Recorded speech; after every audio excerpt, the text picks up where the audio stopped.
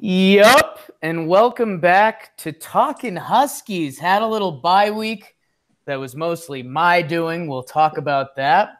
But we got some good, bad, and some ugly UConn stuff to talk about. We're going to circle back to the Florida State game. The men had a kind of ugly win against Manhattan. The ladies have been rolling. I'm with KT Sharp. Talkin Huskies is back. So let's talk Huskies. Intro. Welcome back to Talking Huskies.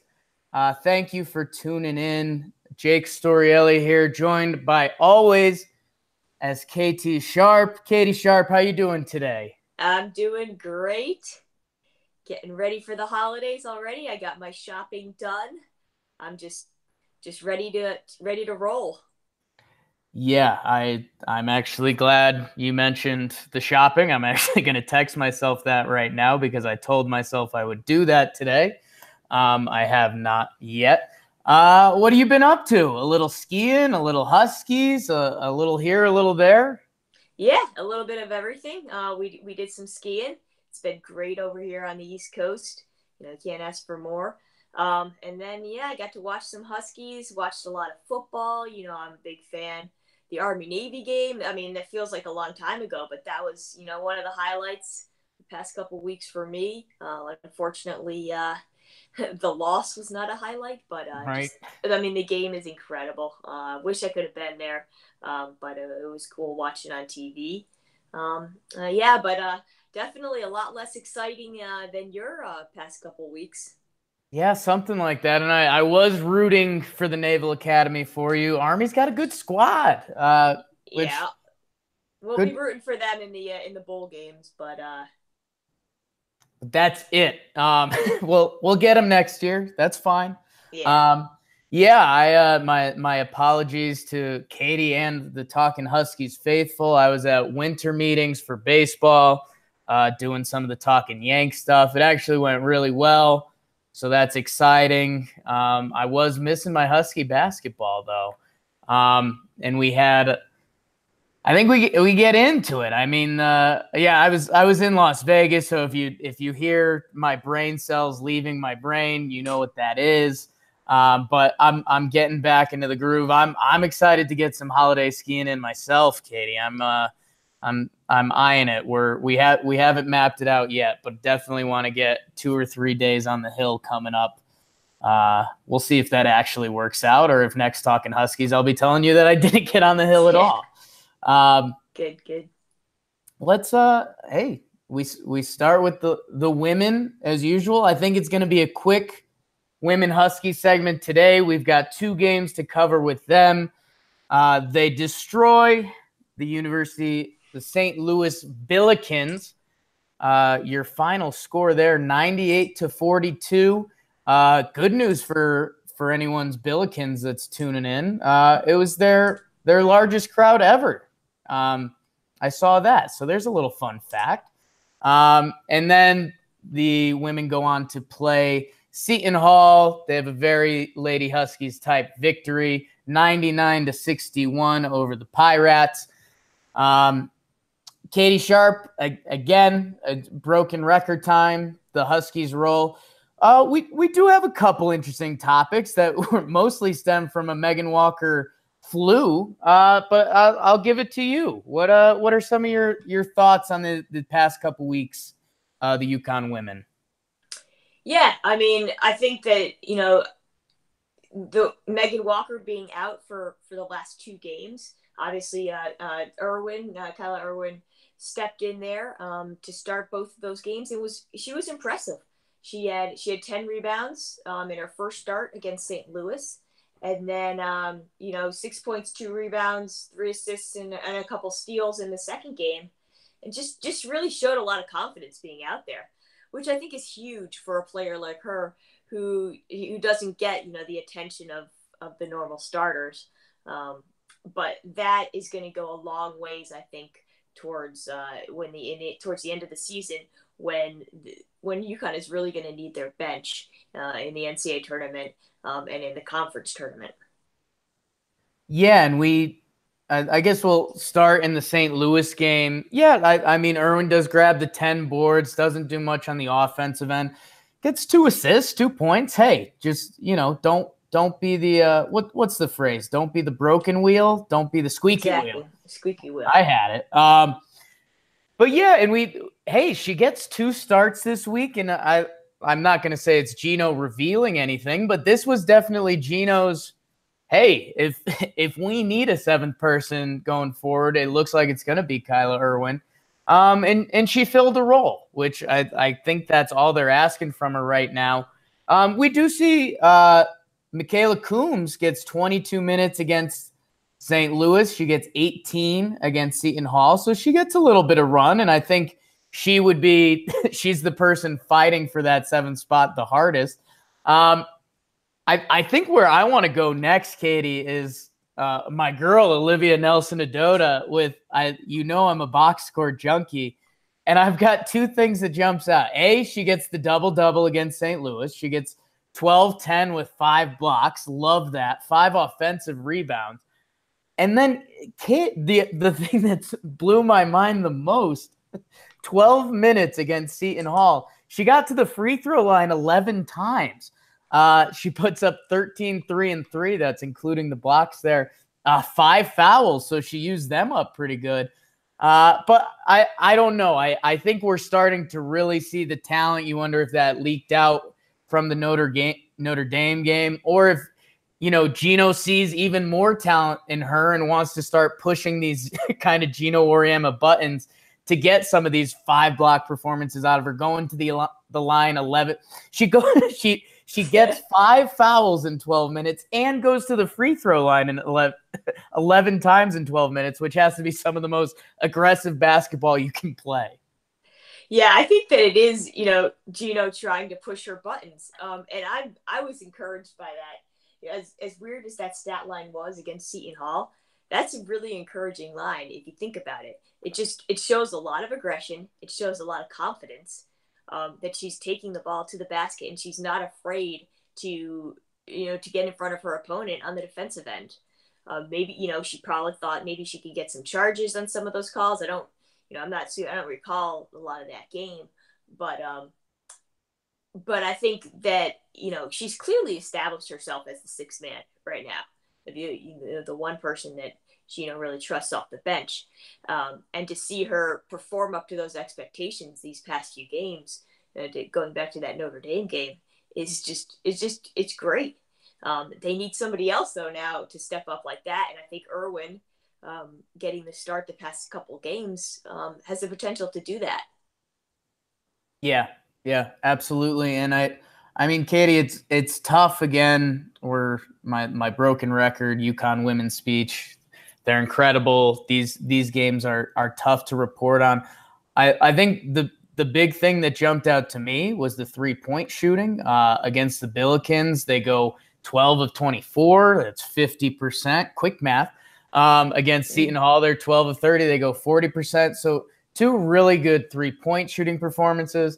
I think the thing that you kind of brought to my eyes, because when I first kind of reviewed the games and the box score, it looks like more of the same. You see Collier, Samuelson, Williams, Dangerfield, getting their points, getting some other stats.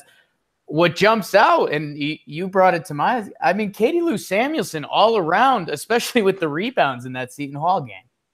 Yeah, she's really taken her game to another level this season, which is incredible given how good she's been, for the rest of her UConn career. But yeah, a career high 16 rebounds against Seton Hall. She also had 6 assists and 26 points in that games, and a couple steals. I mean, she's really rounding into this all around force for the team. She's not content to just be that 3-point shooter that I think she had that reputation with, when she first came to UConn. She was kind of floated out on the perimeter and sort of, wasn't always aggressive on the offensive or the defensive end. But I mean, I think we've seen a different Katie Lou this season. And she has the potential now to be a player like, to be an all around great player like a Diana Taurasi. or somebody, like in that mold. Um, so I think that for me, that was an against, obviously against a cupcake, but it was just really encouraging to see her take control like that. Yeah, and I mean 16 rebounds against anyone. That's impressive. She goes 26, 16 with 6 assists, 2 steals in the Seton Hall game. And again, her St. Louis line is it's not on that level, but hey, 20 points, 8 assists, 6 rebounds. That's a heck of a game. Collier has the double-double against the Billikens. Crystal Dangerfield with a double-double with 10 assists against the Billikens. So I don't know. I mean, the Huskies roll skis. They look good.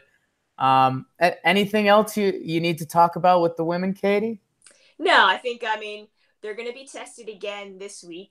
Cal, which I believe they play on Saturday, is very good. They're ranked.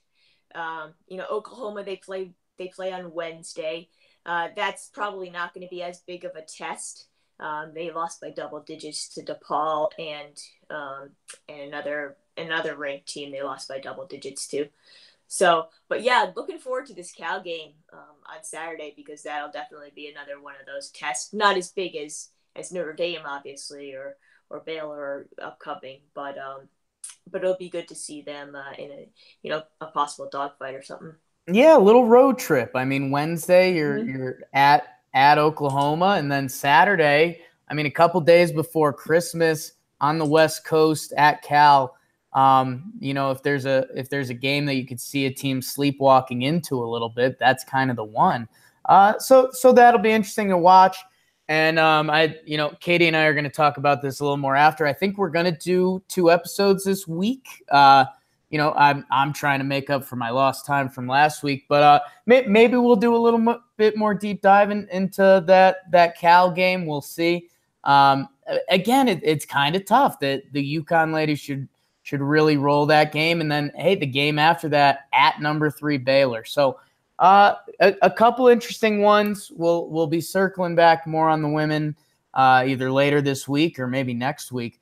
But I think for now, I think that's it, and I think we're about to open up a whole can of worms, Katie, because we are on to the fellas.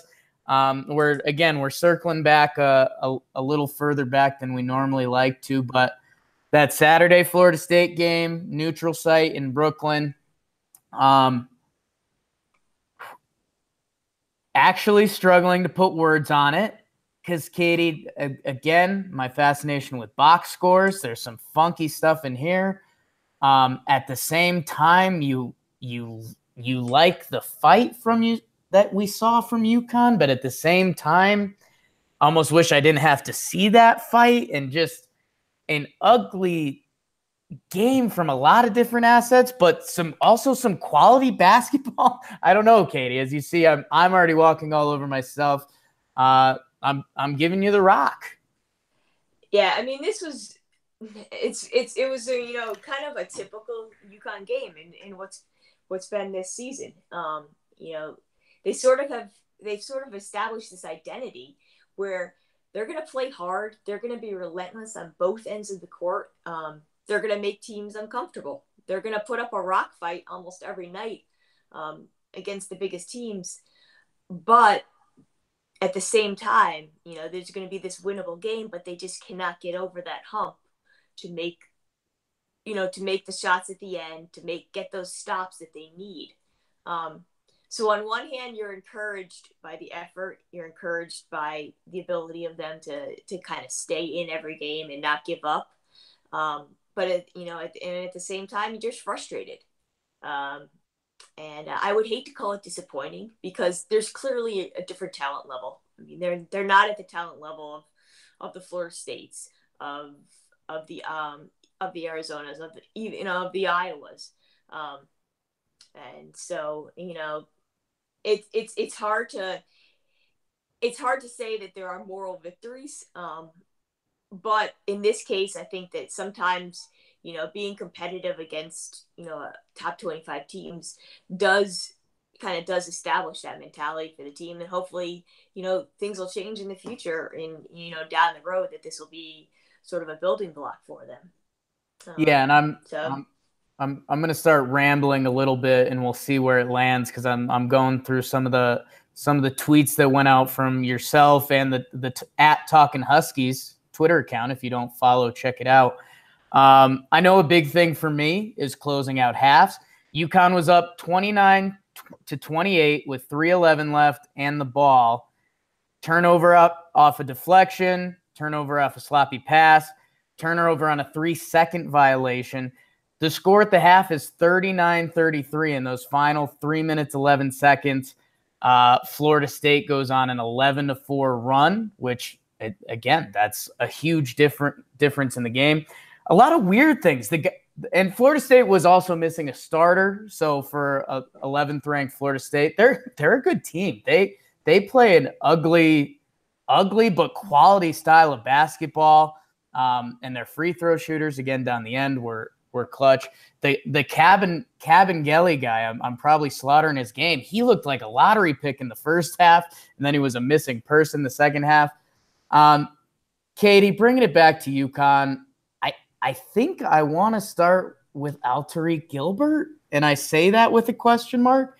Because I wrote this in my notes, and I'm starting to realize that my way with words is very curious, and I'm not sure which language arts teacher led me wrong. But the way I wrote it down for you was, I mean, it's a live and die by the sword kind of thing. There was moments where he was out of control and gone, and then he let us back into this game. So where are you at with Alt? well, I mean, I think you hit the nail on the head right there. I mean, he's sort of he's pretty confusing. I think confusing maybe a word we can use because he made some excellent 3-pointer. I mean, he's shooting 42% from three for the season, so he certainly has the talent. And he made a lot of timely 3-pointers to get them back in the game. But at the same time, he also had some really bad turnovers. I think, it may be a bit of he's not. I feel like he's not able to play as fast as Hurley wants him to play. On both ends of the court, and I think that that's obviously what's leading to some of those turnovers. But at the same time, it also leads to a lot of those transition threes. So he needs to. You see it too often when he gets that tunnel vision, kind of puts his head down and just drives to the basket, and that's not his strength. He should be setting guys up when he penetrates. So I think that he still has a ton of talent. Obviously, he's McDonald's All-American, but I think that he really needs to kind of take control. Get control of himself in these games when he has the ability to put UConn on his shoulders, but he also has the ability to sink them. Yeah, and I mean, part of me wants to get mad about assists and turnovers because UConn finishes this game with 7 assists, 19 turnovers, but Florida State finishes it with 6 assists and 22 turnovers. So that just shows how kind of bonkers this game was. And yeah, one moment you're screaming at Tariq because he can't be doing that. And the next moment he's leading you back. And I don't know if these can be tied together, Katie, but for the first 3 quarters of this basketball game, Jalen Adams was MIA. And when you have someone, we've talked about Tariq's experience, how, he's been limited, obviously, due to injury, and that's shown up at times this year. When Tariq looks right, that's when this team's at its best. When he's running the point, when he's distributing, when he's the quickest guy on the court, making his open shots and setting up other guys for open shots, that's when this UConn offense looks best. I guess in my mind, what seems like a fix for 2 current problems, we'll be talking about Jalen a lot. He's quiet in this Florida State game, and we saw Tariq out of control. It feels like, and I don't know if it's as easy as hitting the button, but, if we need to spark Jalen and we need to kind of calm down Tariq for a little bit, doesn't it seem like, I don't know, put the ball in Jalen's hands to see if you can get him going while also settling down Tariq? I think that that's a good point that you make. I hadn't really thought about that, but there has been some concerns with me about how Jalen sort of changed his game playing alongside Tariq, playing alongside Gilbert this year. We all thought that, oh wow, this would be a great transition for him. He can kind of evolve into play that more natural scorer role that he seems to be more comfortable with.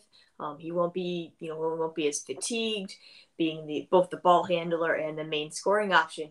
But and I think we want to get into this a little bit later relating to the Manhattan game. But he does seem a lot less interested. He seems more disinterested in the game when he doesn't have the ball in his hands, and he doesn't have the ball in his hands a lot this year because Gilbert is the point guard, and Gilbert is bringing up the ball. He's setting up the offense. And I don't know if that, it's possible that's affecting Adams, and not allowing him to get in any sort of rhythm. But I think it's definitely an interesting discussion that's worthy to look at. I don't really have any stats to back it up or anything. The only thing I know is that Adams has played pretty poorly the past few games. Yeah, what you think about that? Yeah, and in the Florida State game, it is interesting, and you can kind of see it from Jalen. And I don't know if that is a little bit like he gave the car keys back to Hurley to give to Tariq to kind of play off the ball. I don't know. I feel like we've seen a couple moments that you do see that. How do I say that? Because I don't want to throw Jalen under the bus, but I feel like there's been a couple moments that I saw one or two in the Florida State game where he kind of did a look around like this isn't on me right now. Like there's a bad turnover and he kind of does this look around like, well, there's nothing I can do about that. And it's, yes, you're probably right. But I don't know. I guess his assertiveness, and I think we'll end up talking about this more when we get into the Manhattan game. But he did come on towards the end. He ends up with a bad, a 4 for 13 from the field. And that's tough. And you wonder if he does have a more Jalen game, if it's even a 6 for 13, how does this game look differently? I don't know. I guess we should kind of finish around the backcourt for this game. Vital gets into some foul trouble. He only plays 17 minutes, 1 of 4 from the field. Really, really not much from him this game. Tariq had 5 steals. Wow. He's interesting. I don't know. God, I don't even know how to pass this one back to you, Katie. Like, is it because Tariq is so talented? McDonald's All-American. When he's right, it's incredible. He's a threat from 3. He's a threat to drive. He's a threat to pass. Is it kind of one of those things? I guess I threw the Jalen Adams solution at you. Again, as I normally do, without stats, without facts, just kind of going from gut. But should I be going the other way on this? That, like I said, I think we're best when Tariq is right. So should I be okay with taking lumps now if the payoff is that we're a better team come February, March, or should I be looking for alternative solutions? That's a good one there. Yeah. No, I think that it's good that he takes the lumps now. Get this out of his system. He's played less than 20 games, I think, as a collegiate.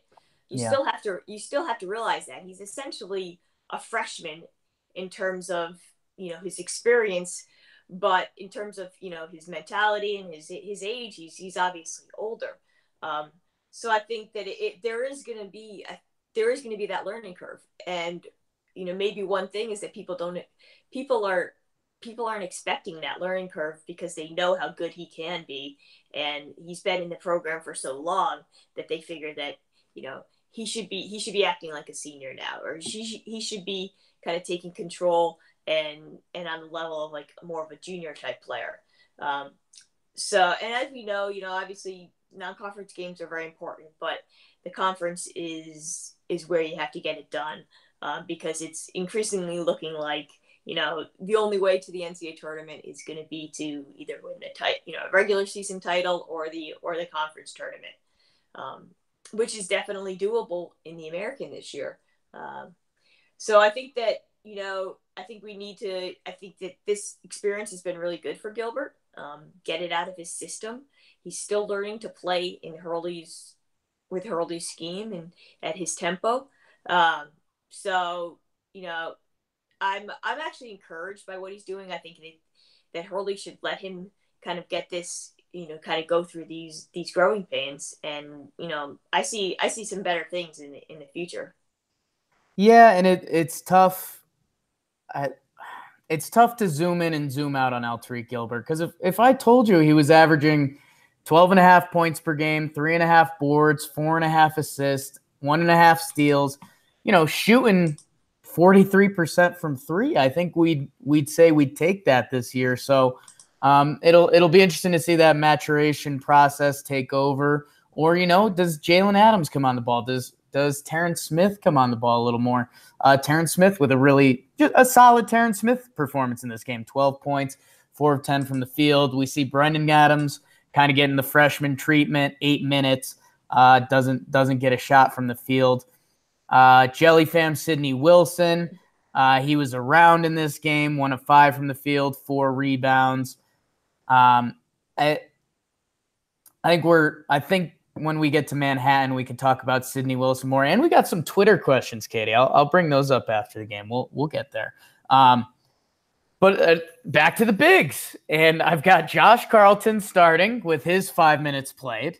Classic. I've got Eric Cobb with 14 minutes, 1 for 4 from the field. Okay. Kasim Yakwe, 20 minutes, 2 of 3 from the field, 6 rebounds, 4 points, 2 blocks. What? And he has another nice performance against Manhattan. Katie, what's going on? This is one of the biggest takeaways for me from this game. It just Florida State really exposed UConn's lack of size and physicality, and I think that's going to be a huge concern going forward if they can't establish anything there, down low. They don't seem to be equipped to handle this sort of grinded out rock fight type of game. There's going to be a lot of those in the American, I can tell you that much. They obviously they thrive in that, in Hurley's run and gun style. But that's not going to work. That 3-guard lineup is not going to be effective every time out, against these more physical and bigger teams. And, kind of one stat that I had was, one stat that I want to just point out for this season, is that this is just really confusing to me. They're allowing 43% of their opponents' field goals have been at the rim, which is a very high rate. It's 24th in the nation. Wow. And that's a concern for me, because that is not a stat that you want to bring forward into conference play. The only thing that is saving them right now is the fact that opponents are shooting 53% at the rim, which is a top 30 rate. My concern is I don't know if that's sustainable. I mean, defending the rim is a skill, and they obviously have that. With Yakwe has been an effective defender down low. Carlton is actually a very good defender as well in the paint.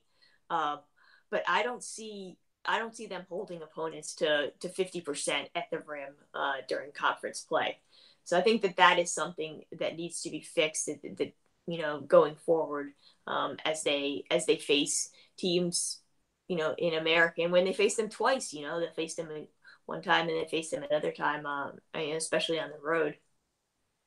Yeah, and Katie, this was the thought that was going through my head today, because I started going through highlights and the old box scores to get ready for this, and Yakwe, I don't know. I guess I'm starting to get hung up on some of the small things with Yakwe, because it just feels like he's a step away from being like a very useful big man. And I guess what kills me, and I tweeted this out, and I don't know if this is patting myself on the back or just putting salt in a wound. if I got a firm handshake with Kasim Yakwe, I would just say, when you get an offensive rebound, you can pass it. Because it's tough for me seeing him, doing the hard work, doing the Yale men's work of getting that offensive rebound and then throwing up the 12-foot lefty hook shot. That's not what we need. But I'd say more importantly, Katie, and I love the stats that you just had there because, Hurley's this pressure style of defense is supposed to lead you not necessarily towards the rim, but towards a rushed shot, or a rushed kind of highly contested shot. Which, okay, so if that's what's happening and that's where the ball's ending up, Kasim Yakwe is probably our best option because he's going to be the best rim protector out of Carlton and Cobb. So I'm wondering if is that what we're seeing in the past two games? I don't know. I mean, there's no way to sort of to say this nicely, but he's pretty limited offensively. Yes. Yeah, he's very awkward on the offensive end. So I'm not sure you can count on much production from him, even on those putbacks. And then I'm just kind of looking at some stats. He's had he's made a couple putbacks this season, but really he really hasn't been effective. He tries to do too much, I feel like. Yes. But I think that you really want you want him there for his defense, and I think he's the best paint defender on the team right now.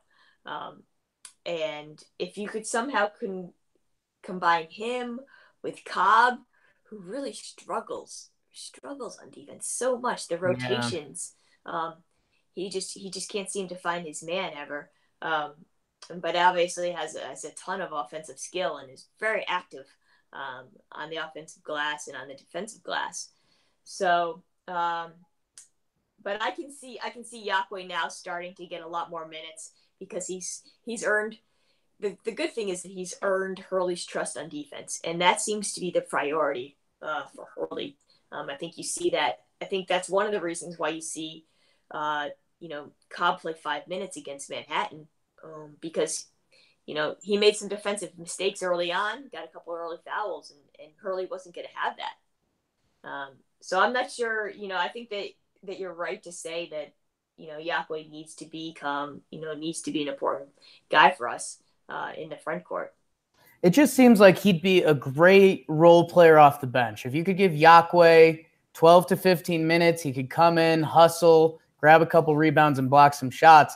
I'm a little worried we become dependent on him. I think maybe this does segue us to the Manhattan game. Katie, I don't know if there's anything you want to say otherwise about Florida State UConn. We kind of skimmed over the wings, Polly and Wilson. But I think there's kind of a reason for that. There's not a ton to say about those two. Any closing thoughts on the game? I think we'll get into the turnovers. I think we should address that in the Manhattan game because it kind of relates to that. But I saw a lot of poor shot selection in this game. I want to just point out one stat, in that there was just really no creativity when they were driving to the basket. And they seem to be really impacted by Florida State's shot blockers and their size down low. And that shows up in the stats too. They were 12 of 27 on shots at the rim. So there's basically layups and dunks and easy shots. Shooting 44% when you're 5 feet from the basket is not good. Yeah. I don't know how else to say that. And also one other thing that just really disappointing for me was how quick they seemed to shoot. They just seemed to pull the trigger, so often. And I looked up some numbers, and more than half of their shots came within the first 10 seconds of the shot clock. And Wow. they shot, they shot poorly on those shots too. They were under 40% on those shots, those quick shots. And so that's something that I don't know why they decided to do that. If they felt like they needed to catch up or what it was. Florida State, you got to give them credit. They're a tremendous defensive team and tremendous team overall. But those two things, the poor shot selection, and pulling the trigger too often, just really stood out for me on offense in that game. Yeah, and Katie, again, my brain doesn't even want to fully go down there because Florida State had 6 assists and 22 turnovers. But I guess you're the stats person here, Katie. But if your name wasn't Tariq Gilbert or Jalen Adams, there was only 1 assist from Terrence Smith. So outside of Adams, Gilbert, and Terrence Smith, nobody had an assist. Outside of Jalen Adams and Tariq Gilbert, there was 1 assist by this whole team. And I'm sorry. I know this game kind of had a different style and a different flow to it, but that's just unacceptable. Yeah, there was way too much Euro ball Yeah. in this, in isolation, and that kind of goes back to what I pointed out there. Yeah. With their shots, and give them credit. I mean, they scored 19 fast break points, and if it wasn't for that, they could have been blown out in this game. Yeah, and again, they still kind of had a chance against the 11th team in the country. So it is what it is. If you want the moral victory, take it. If you don't, I'm kind of fine with that too. Let's jump to the Manhattan Jaspers game. And Katie, the 2-8 Jaspers. I don't know. This game was never close. I guess I'm okay saying that. It is a 2-8 Manhattan Jaspers team. Jalen Adams gets some heat for the bad game and the hairband. I'll again, Katie, I'll let you run and we'll see where you take me. Should we go Adams or turnovers first? What do you want to? Oh, what do you want to take a stab at? Those are my 2 biggest takeaways. Let's get turnovers out of the way. All right. Okay. So let me give you some numbers here. So they had 17 turnovers in this game. It was a 20, because it was actually the game was played at a fairly slow pace. I believe it was 72 possessions, the raw possessions, which was the fewest in a game for UConn this season. So that was a 25% turnover rate, which that's horrible. And the starting backcourt of Gilbert, Adams, and Vital, they combined for 12 of those turnovers. And I think this is going to be the Achilles heel of this team. And the fact that they have their highest turnover rate since I think in more than 4 seasons, and you want to, the popular theory out there is that they're still getting used to Hurley's style. Right. They're playing fast, but at some point, they have to learn. They have to learn to be in more control. At some point, slow down and don't turn it over. Exactly, and just one of the things I was thinking about is whether this sort of frenetic defensive pressure, this intensity on the defensive end, somehow impacts them being so rushed on the offensive end. And maybe some fatigue there too on the offensive end. So I don't know what your opinion, what you think about that theory. Yeah, Katie, and I think what the first thing when I saw you say that via email, because otherwise saw you see that sounds really weird to our listeners. The first thing I thought about, and I'm glad you're here because you're well versed in this, but the first thing I thought about was Chip Kelly. And I'm jumping to football here because I remember that was the big thing with him. They were saying, yeah, Chip Kelly, this offense is incredible, but you're also killing your defense because they're on the field a ton. They're not getting any rest, and you can't really win this way. Yeah, you can abuse on some of the smaller schools because they just will not be able to keep up with you. But some of the better schools, if they can still get their points and keep their defense rested, you can find yourself in a tough place. So it's not a perfect parallel there. But if I told you there was a team that was beating up on the smaller schools but struggling against some of the better schools, I think UConn fits into that boat right now. I don't know. I guess it is one of these things where a third of the way through the season about. with a new coach, with a point guard who's essentially a freshman, even though he's not. So you do have to adjust for what would be a learning curve there. I mean, for me, this was a huge. I mean, obviously they're averaging 18 turnovers a game against the four best teams that they've played. So that was obviously a concern for me before the Manhattan game. When they had the 17 turnovers against Manhattan in such a low possession game, that kind of lit a fire under me because this isn't just a problem right. against the best teams. Although, Manhattan does play this unique sort of defensive pressure.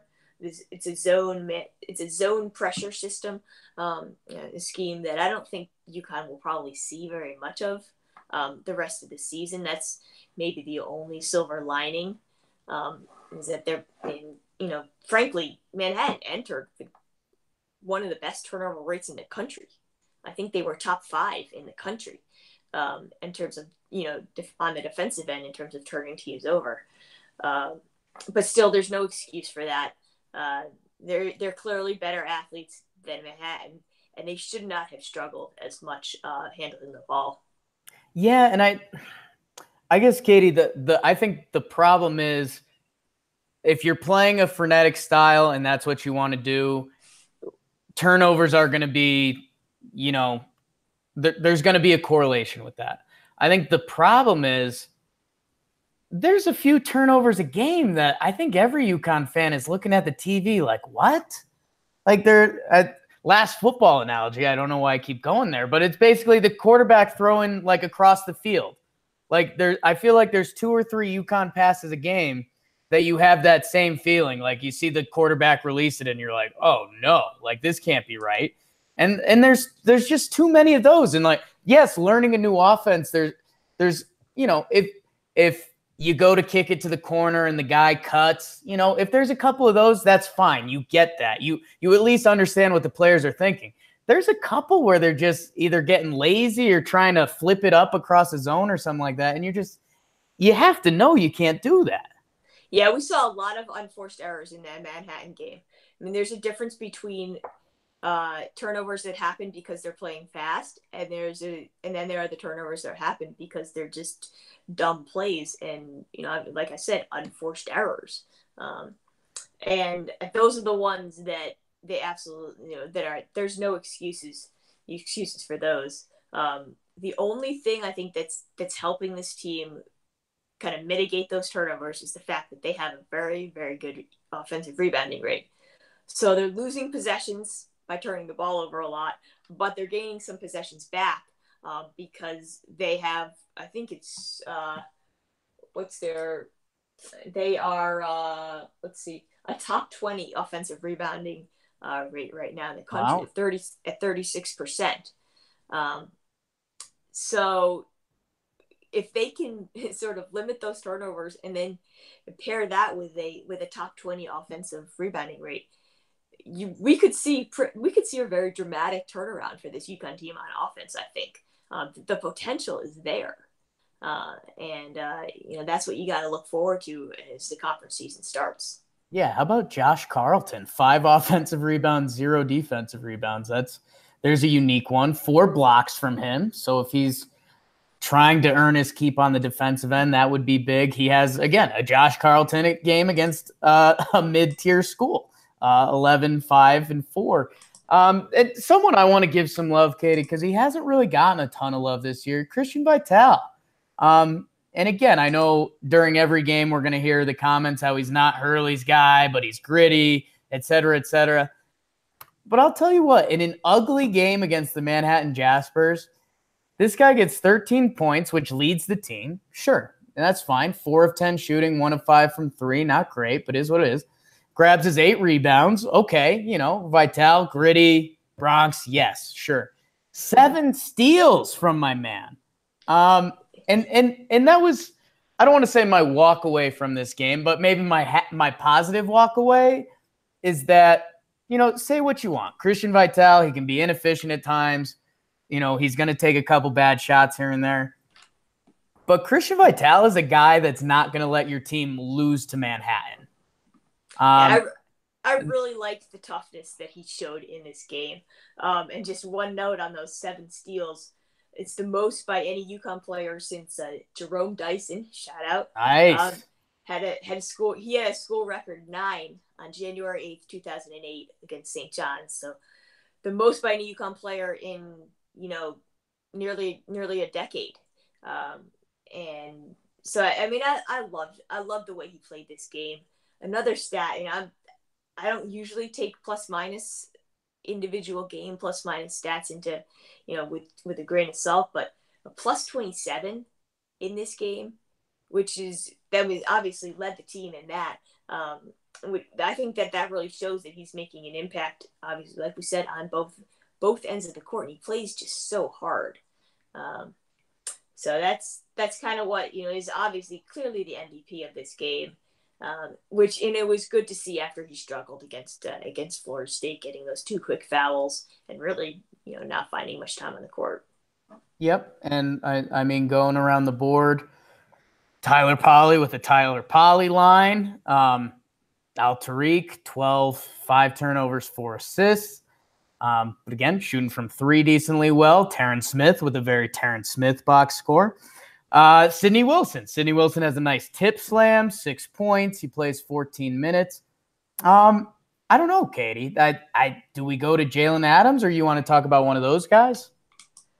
I think maybe we should let's talk about. I'd like to talk about Cobb and Carlton for a couple minutes right here, Okay. because this just continued the bizarre trend of Cobb not playing well against, or not even playing against these mid majors, and Carlton just kind of balling out against the mid majors. And maybe this will be sort of my Husky metrics Okay. segment for the day, just to kind of point out these splits again. I think it's really worth pointing out. So Cobb in this game, he played 5 minutes. He didn't get in the game after he was subbed out with about 9 minutes left in the first half. So entire second half bench, and most the second half of the first half on the bench.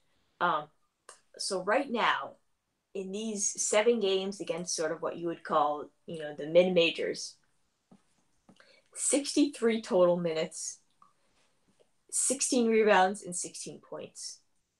And that's just bizarre. And he's those come roughly about 2-3 points and rebounds per game. But actually, if you adjust for per 40 minutes, which you kind of have to at this point, it's actually a double double. It's 10 points and 10 rebounds per 40 minutes. So he's not. I think it's more of a decision, and this is kind of what I've come to realize the past couple games. It's more of a coach's decision why he's not out there, and he's not producing.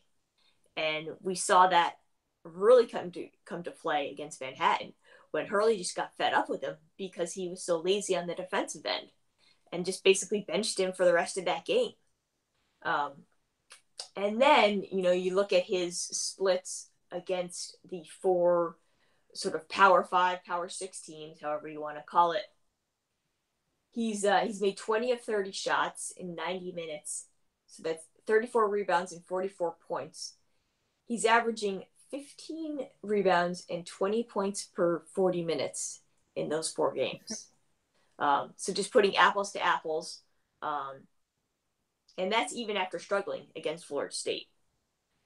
And I think that, what it really shows to me is sort of, he can play against those big physical guys down low on offense.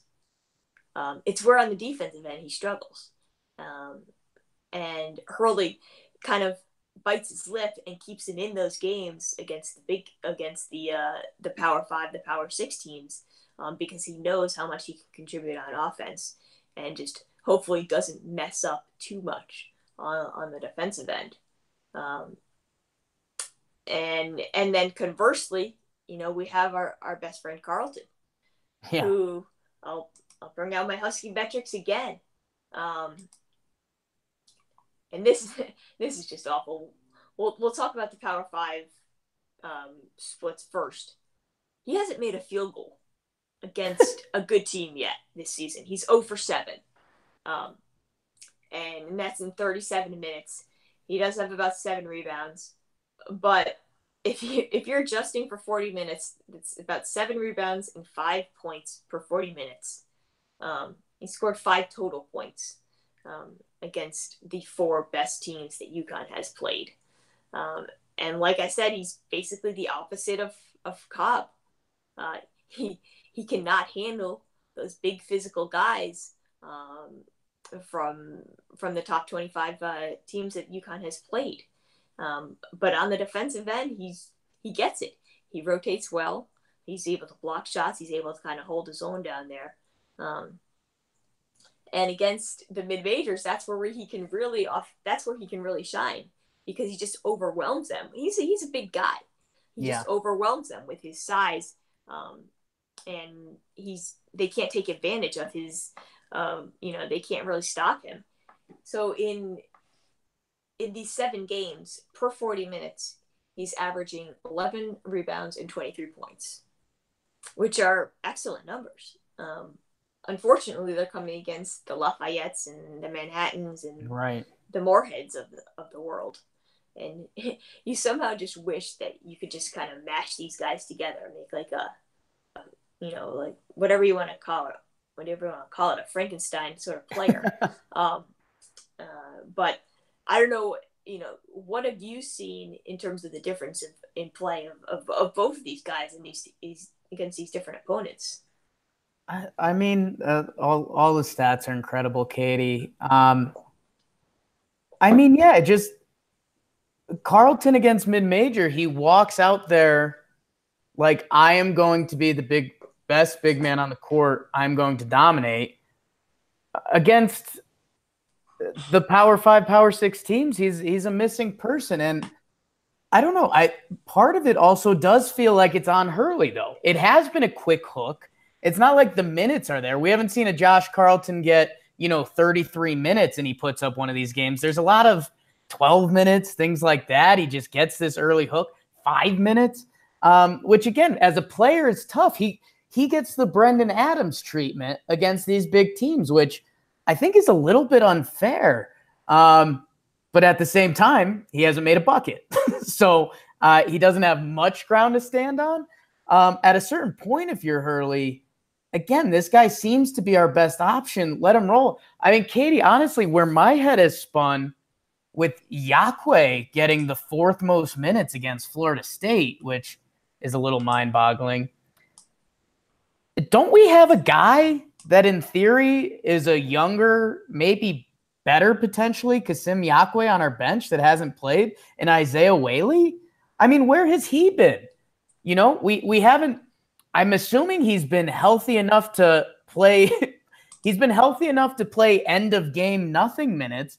I mean, this guy had a 5-block game last year. This guy played 41 minutes against, who was it last year? Against Tulsa. His 5-block game was against UCF. I just don't know, and that's what I was Googling this, but like I haven't heard anything about Mamadou Diarra. So I'm assuming he's checked out for the year.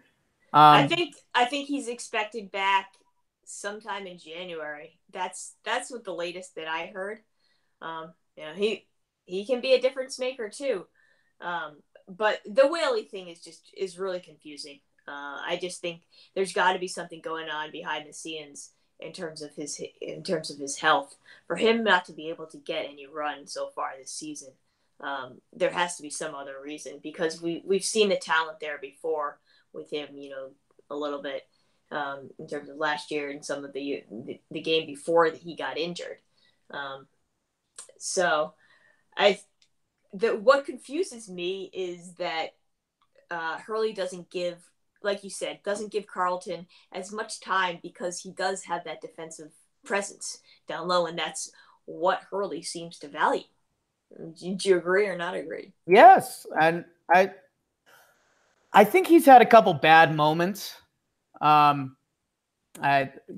himself out of position, but at a certain point, like, and I guess that's why I call it the Brendan Adams treatment. Like, are we not, if we're going to let Al Tariq play through some of the stuff that the highs and lows he's brought us through? I mean, Katie, 5 minutes against Florida State. I mean, what can you do? 7 minutes against Syracuse, 10 minutes against Iowa, 15 against Zona. So for me, I don't know. If I'm Josh Carlton, I'm saying, hey, why don't you give me my 20 minutes like you're giving me against UNH or Manhattan or Lafayette, some of these lesser teams? Let me get into a flow of anything and like, let's see. But if I'm him, I'm like, I don't know. Like, I guess it made sense. Like the Syracuse game made sense because Cobb was just magic. Like, let's be honest. What Cobb was doing was kind of incredible. He was kind of fueling the team. But in these other games, when there hasn't really been an answer, I mean, let's see what he's got. 5 minutes against Florida State. I mean, that's tough. What can you do? Yeah, I don't know. I think I'm done. I'm done talking about these splits.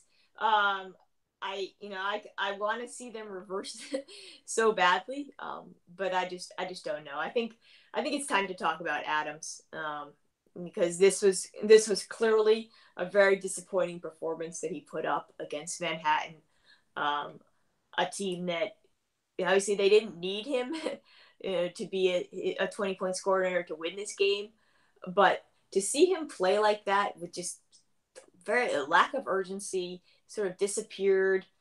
He looked lethargic at times during the game, and just I'll just put out his stats right now. So he had 2 points, which was his fewest since his freshman year. When he scored 0 points against SMU in March 3rd, and then his 4 field goal attempts were also his fewest since his freshman year. Just a couple days later, on March 13th in 2016 against Memphis, he also had the last time he had 4 field goal attempts or fewer. So this is just something that we have not seen from Adams the past couple seasons, and that was kind of almost very surprising for me. And the rest of his 0 free throw attempts. Yeah. So he wasn't being aggressive at all. 4 turnovers, 2 assists. He in the first half he took 1 shot. It was a bizarre and frankly, unacceptable performance for the senior. Yeah. And well, just because I'm looking at it now and I don't want to forget, Tyler Polley, 6 free throws. Good for you, Tyler. Get to the 10. But yeah, and Katie, this sucked. Just because I've talked about it earlier this season, how, this Jalen Adams story can have 2 very different endings. If UConn were to get to the dance and maybe win a game, like you can talk about how talented Jalen Adams was and, put him in the list with the UConn point guards. I mean, he's not top tier, but, hey, Talik Browns, AJ Price, some of these guys, like, he can be part of the crew. If this season were to go sour and UConn lands 500, a little over 500, the Jalen Adams legacy is going to be more so moments like this. Like, and don't get me wrong, Katie, I love some good swag. Throw on a headband. Go. What are the kids calling it now? The drip. But this is so Jalen Adams. The game he throws on the headband, and people are going to talk about that. He goes 22 minutes and has his worst game since freshman year. And like that just hurts. And I don't know. I don't know. And it, again, like, could I see a world where in 2 months we're talking about how this game sparked a relationship with Jalen Adams and Hurley that led him down this, special career path into the NCAA tournament and into a pro career? Yes. Could I also see this being a moment we look back at and be like, damn, Jalen, like, what happened? Yeah, I'm very interested to see what happens in their next game, coming up on tonight. If you guys are listening to this on Tuesday against Drexel, um, to see how he reacts and how Hurley reacts as well. Does he have a quick hook if he feels like he's not giving enough effort in the first few minutes of the game? And it's bizarre. And just one thing I kind of want to ask you is, do we have too high expectations for Adams? I mean, are we comparing him to Shabazz and to Kemba and to Ryan Boatwright? Is that unfair? Because I don't know if he has the talent of those guys. And isn't that crazy? Because when you said Boatwright, who I love the boat show, but I picture Jalen Adams being like more talented than Boatwright. Like Boatwright was 5'10", fought for all of it. He had some vital moments out there. He could take a bad shot for you. I mean, Jalen Adams, and Katie, this is where maybe I do have blinders on and I'm still not in this world of 2018, 2019 UConn. I think Jalen Adams is going to be a damn good pro. I think a lot of people could come at me for that, but what can't Jalen Adams do? If Rodney Purvis can make it into the league, like Jalen Adams, I mean, he can handle the ball, he can pass, he can get to the rim, he can shoot. He can guard enough, especially being 6'3" with some decent length for what would be an NBA point guard. Yes, and I guess that's what drives me nuts, because I think he should be in that level. I guess Shabazz gets unfair because, I mean, what my guy did as an NCAA tournament run, I mean, I only have up there with one other guy with UConn. Shout out Kemba, having a great year. But I don't know. And I guess that's going to be, for me, I feel like, yes, he should be, but I don't know. He's got to show us a little bit. To me, he's got the talent, maybe. He does not have the effort at all. And I almost see him I just keep coming back to Rudy Gay. Yeah. Who had so much talent, but always didn't show effort every single game out there.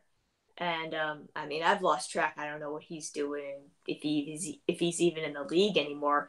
But he certainly did not live up to the talent level that he displayed at UConn or even in the pros.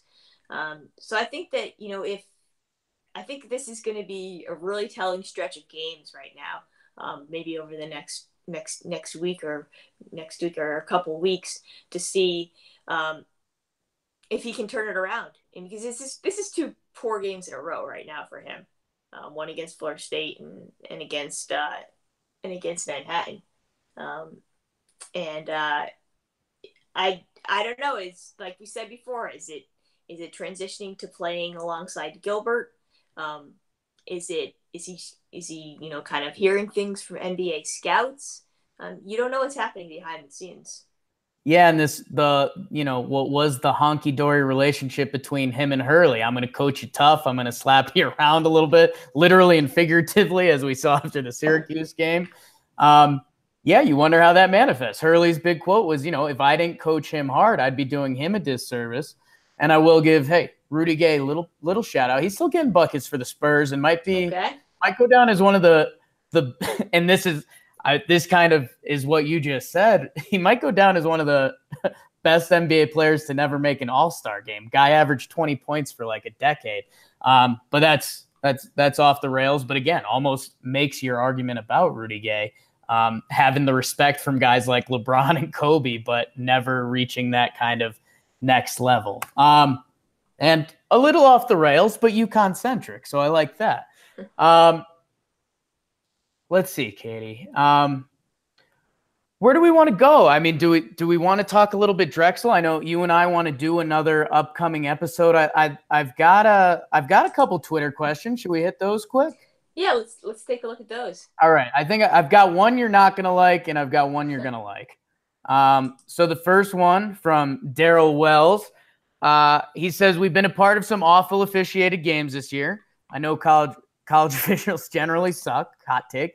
But I'm starting to be convinced that Danny's antics on the sideline are affecting the officials' calls in a negative way. Any merit to this? I know you're not a whistle person, and I'm not to that degree. I just think there's a couple calls. It's usually going to be a block charge or something that I feel does have a strong impact on a game. Katie, you just want to shoot this down quick? Well, out of respect for our Twitter followers, Yes. I will. I'll just say that I don't think it's Hurley. I don't think that Hurley has an effect on the referees. And I like the fire that he shows on the sidelines. I think it really translates to the team very well. And I think it was actually, obviously the last two games have been slugs. Yeah. But a lot of that, is attributed to the teams. When you're Florida State UConn game, when you're combining for over 40 turnovers in that game, and I think it was roughly the same amount in the Manhattan game, there's going to be some ugly basketball, and there's going to be some ugly fouls because teams get frustrated when they can't get into an offensive flow. So I think those things start to build on each other. But no, I do not ascribe to the theory that Hurley's antics are somehow impacting the referees. Yeah, I'm with you. I think maybe you could spin the style of play like you just did a little bit. I mean, Hurley wants his guards trying to take charges, and you're forcing a frenetic pace.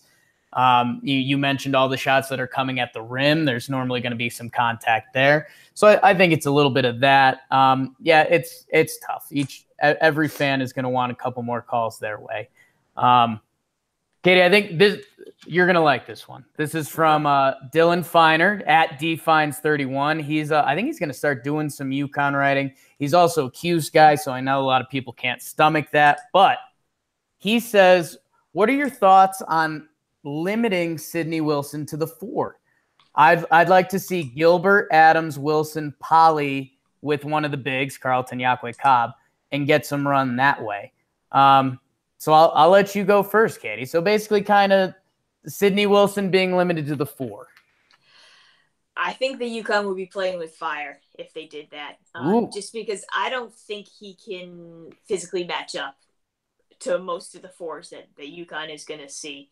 And, going back to the stats I mentioned about my concerns about their lack of physicality and size, that would get even worse. And I just don't see them being able to keep up on the defensive end if Wilson does play that 4. I think that they could, on the other side, there is the potential to exploit that matchup where he's going to be much quicker than any other 4 that's trying to guard him, and he'll be able to take advantage of that.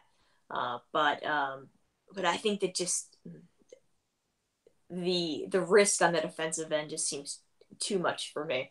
Would you want to see Sidney Wilson and Tyler Polley run together? Yikes. I don't know. Okay. It's just, I know teams have been successful running out of, a 4-guard lineup, but they still have that one player in the middle that can impact shots, that can throw his body around, and take those fouls and make sure that guys don't have free lanes to the basket. So without a big in there, I'd be wary. Yeah, I guess my wheels are spinning because there's part of me that likes it. If you sub out Vital, you put Wilson, Polley in together, and then you have one of the bigs. It would be interesting. I don't know. I just think this goes back to what we've talked about with Hurley's team and what he likes. He likes running the guards out there.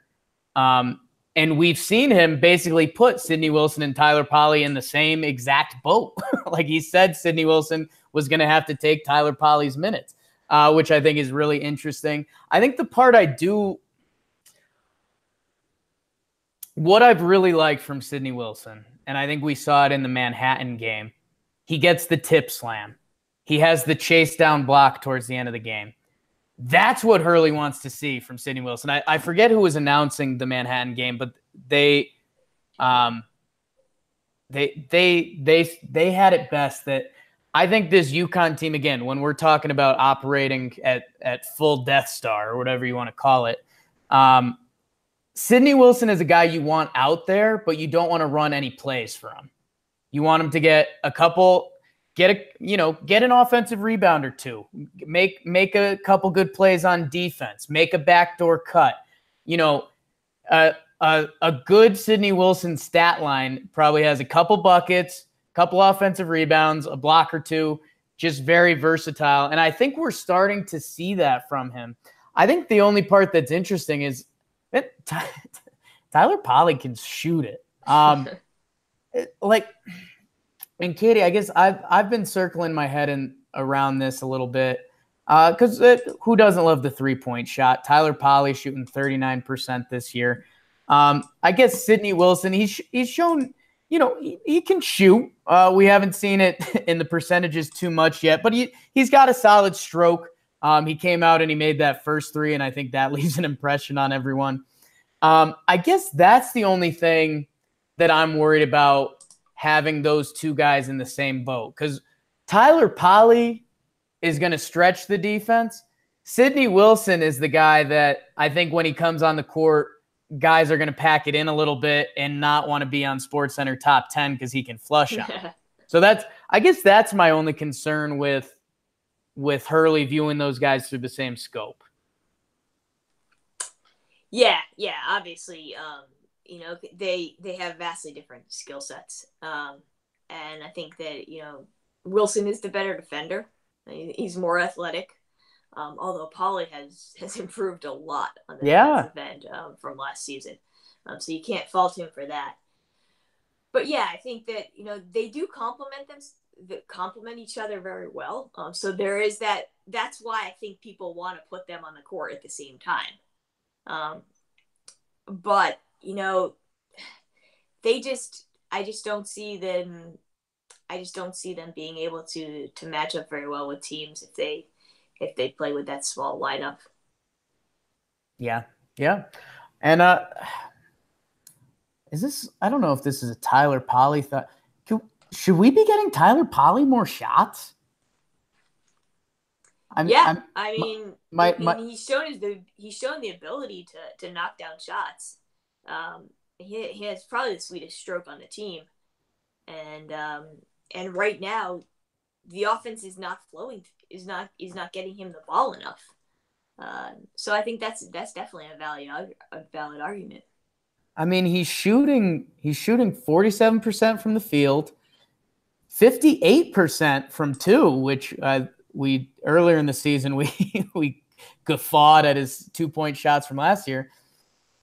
39% from three on 41 threes this year. And I mean, I'm looking through his box scores and he doesn't have a dud. Like against Manhattan, he goes 1 for 4, but he only had the 4 shots. But he got to the free throw line 6 times and he was 5 or 6 from the line. He had a 2 for 7 against Iowa, but his 2 shots were made threes.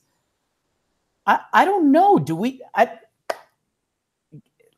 Let's see it. Like, I get that Tyler Polley kind of doesn't have that killer instinct. He doesn't have that Kobe in him. But let's run a couple more sets for this guy, because if teams are looking at him from 3, that's just going to make Al-Tariq and Jalen's lives so much easier. Yeah, I mean, looking at his usage percentage, which is sort of the number of possessions that he uses when he's on the court, and times he touches the ball. He's basically, he has the lowest among all of the regulars. The only guys lower than him are Yakwe and Whaley. Wow. In terms of usage percentage. And those guys aren't getting any run. We know that. They're not, and they are absolutely not offensive options. Right. Effective ones at all. So the fact that he's not involved in the offense to this to this extent is really surprising. Yeah, I mean he's currently the 5th leading scorer on the team who's touching the ball as much as Kasim Yakwe, who I don't love seeing the ball in his hands on offense. I think that's interesting, Katie, and I think I'm going to start wrapping it up because I think the discussion we just had was kind of my dream coming into this. That was me kind of seeing something with the eye test, you finding an incredible stat that kind of backs it up. And I think we're not going to deep dive on Drexel. They've got a couple ugly losses this year. Hopefully UConn will roll. And we want to get another ep up this week. It may just be Katie and I. We might do a deep dive on the upcoming Nova game. We may bring in another guest. If you listen to our Don Memoria episode, I think that was great. So we're going to start recruiting on that. Katie, any closing thoughts? No, just getting fired up to get back into the flow of, a couple games a week, and starting room for those Huskies. Yeah, I haven't actually thought about Villanova. I just had to take a deep breath about it. And Katie, you got my wheels spinning because you talked about, we probably have to win the AAC to get in. I'm starting to eye the number of games and if we win that, but no, I won't do that right now. For now, I think I'm just going to say thank you. If you've been listening, we appreciate you guys. If you could leave a 5-star review, that would be awesome. That helps us out. Follow at Talkin Huskies. Follow at KT Sharp on Twitter. Follow myself at Talkin Jake. Exciting times coming up. Yeah, and we got the Villanova game this weekend, and then eyeing for the ladies. There's a big Baylor game coming up, and then conference play. So I'm getting giddy. Get Tyler Polley some shots for myself and Katie Sharp. Thank you so much. Let's go Huskies. Let's go Huskies. Boom.